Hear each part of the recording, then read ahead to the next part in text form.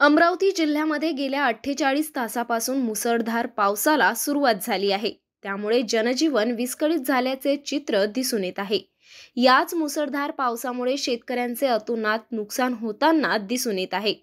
यामध्ये तूर, सोयाबीन आणि कापूस या खरीप हंगामामधील पिकांचे मोठ्या प्रमाणात नुकसान होत आहे। अमरावती जिल्ह्यामध्ये जवळपास 30 ते 40% शेतकऱ्यांच्या पिकाचे नुकसान झाले आहेत। जर हा पाऊस संततधार सुरू राहिला तर यापेक्षाही मोठ्या प्रमाणात शेतकऱ्यांचे नुकसान होऊ शकते, असा अंदाज वर्तविला जात आहे। सरकारने सर्व शेतकऱ्यांना पीक विमा काढायला सांगितले होते, ज्यामुळे सर्वच शेतकऱ्यांनी आता पीक विमा काढला आहे। मात्र याच पीक विम्याची आता नुकसान भरपाई शेतकऱ्यांना मिळावी अशी मागणी शेतकरी करीत आहेत। देवानंद निंगळे, मी भातकुली तालुक्यामध्ये गौरखेडा गाव।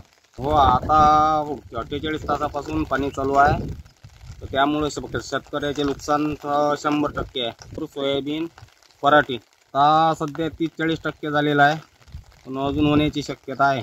नदीला पाणी आले की वाहून जाण्याची फुल शक्यता आहे। आता सरकारने पीक विमा काढायला लावला आहे, याचा फायदा होईल का